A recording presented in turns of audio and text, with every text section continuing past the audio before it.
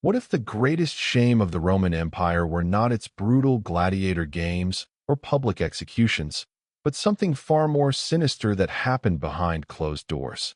While historians celebrate Roman civilization, law, and culture, they often overlook one of the empire's darkest institutions: the systematic exploitation of young children maintained by the Roman elite as personal servants. These were not occasional scandals or isolated incidents, but an organized, legally protected system in which children as young as 10 were bought, sold, and trapped in a lifetime of servitude.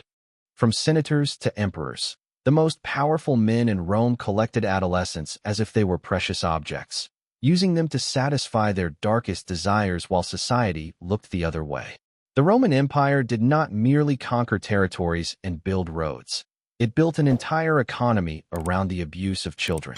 Evidence buried in ancient texts reveals horrors that make modern crimes pale by comparison. Male Roman concubines occupied a specific and deeply disturbing position within the empire's social hierarchy, distinct from ordinary domestic slaves in both purpose and treatment. While typical slaves performed household labor, agricultural work, or skilled trades, male concubines existed primarily to satisfy the intimate desires of their owners. Roman law clearly distinguished these personal servants from other categories of human property, assigning them different legal standings and market values. The term concubinus referred specifically to a male slave kept for intimate purposes, though Romans also used puer delicatus, meaning pleasure boy, or catametus, derived from the mythological Ganymede. These were not consensual relationships between adults. Roman concubines were typically acquired between the ages of 10 and 16, with 12 considered the ideal age for purchase. According to surviving slave market records, Roman law technically prohibited assault against free citizens, but slaves enjoyed no such protection. The Lex Scantinia, passed around 149 CE, attempted to regulate intimate conduct, but its protections applied only to free citizens. Male concubines, considered property rather than persons under Roman law, fell entirely outside meaningful legal protection. Owners could abuse them without consequence, sell them, or even kill them with minimal legal oversight. This practice was neither secret nor shameful among Rome's upper classes. Wealthy Romans openly discussed their concubines in letters and dinner conversations. Pliny the Younger casually wrote about friends who kept beautiful boys for entertainment. Martial's epigrams referenced the intimate use of young male slaves as a normal feature of elite households. This was not clandestine behavior. It was socially accepted among those wealthy enough to afford it. Economically, male concubines were far more valuable than ordinary slaves. While a typical agricultural slave might cost around 2,000 sesterces, a young, attractive concubine could reach prices as high as 50,000 sesterces. Their value depended on physical appearance, age, education, and intimate experience. Virginity significantly increased price, as did cultural origin. Greek boys commanded higher prices due to their perceived refinement and education.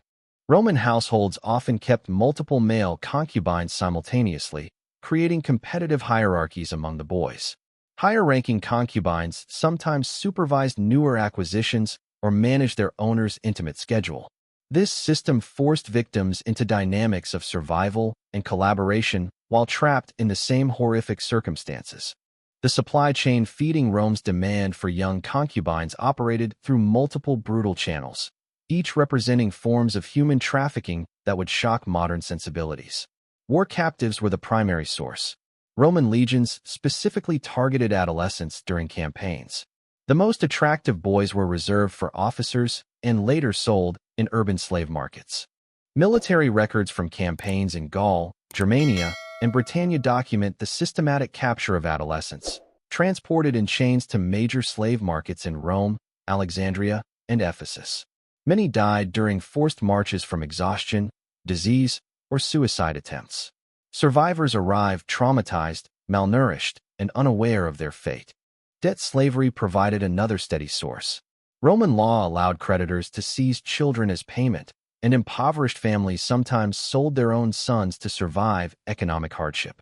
These transactions were legal and common, with standardized contracts specifying age, physical condition, and intended use. Parents rarely saw their children again, and boys sold as concubines faced especially bleak futures, as their intimate value often prevented manumission. Slave markets operated with clinical efficiency. Dealers kept detailed catalogs describing children's physical measurements, intimate experience, and special skills. Buyers conducted degrading physical inspections, including verification of virginity, evaluation of development, and assessments of submissiveness. Prices varied widely, with virgin boys from noble families captured in war sometimes selling for more than luxury villas. Transportation added further trauma. Slave ships crammed dozens of children into cargo holds. Some traders allowed crew members to abuse the children during transport, believing it would make them more compliant. Resistance was met with beatings, branding, or deliberate scarring. Roman society normalized this system. Citizens saw nothing wrong with purchasing children for intimate purposes, viewing it as a luxury of wealth. Slave markets openly advertised human inventory alongside livestock and household goods. Daily life for male concubines involved systematic exploitation, psychological control, and physical abuse.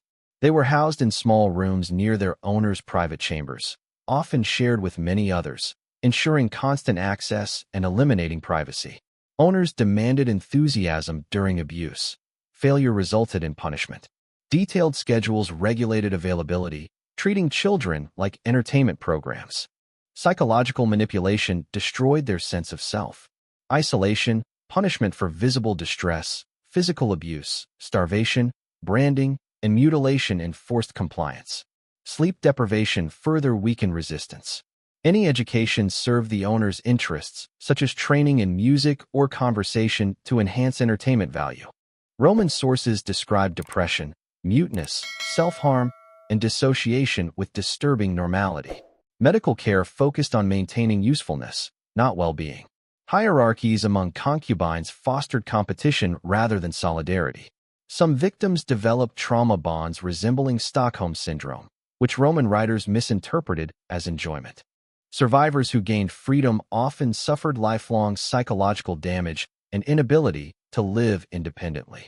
The imperial palace magnified this system to unprecedented scale. Emperors maintained private harems of hundreds of boys. Elagabalus reportedly kept over 300 male concubines aged 10 to 18, categorized by appearance and function, with detailed records tracking compliance. Trajan's appetite for beautiful boys was legendary, with over 200 housed in palace wings. They were grouped by conquered territories, symbolizing imperial domination. Commodus implemented rotation systems, ensuring constant novelty, treating children as a menu of experiences. Imperial concubines endured daily grooming rituals, medical inspections, and intense competition. Punishments included humiliation, reassignment, or transfer to worse conditions. Abuse was sometimes performed before political audiences as demonstrations of power. Castration represented the most horrific practice. Performed on boys as young as 8, it ensured permanent victimhood. Mortality rates ranged from 30% to 70%. Castrated boys sold for 3 to 5 times more than intact slaves. Wer. Escape was nearly impossible. Roman law required free citizens to assist in recapturing fugitives. Punishments for resistance were brutal. Suicide became the most common form of final resistance, sometimes carried out collectively. The rise of Christianity marked the beginning of the end. Early Christian leaders condemned child exploitation. Constantine's conversion introduced limited reforms. The Theodosian Code of 438 CE made slave castration a capital crime, though enforcement was inconsistent. Christian thinkers argued for inherent human dignity, challenging Roman assumptions. Economic decline also reduced the feasibility of maintaining luxury slaves. Despite reforms, modified forms persisted into the Byzantine period, revealing how deeply institutionalized exploitation was within Roman society.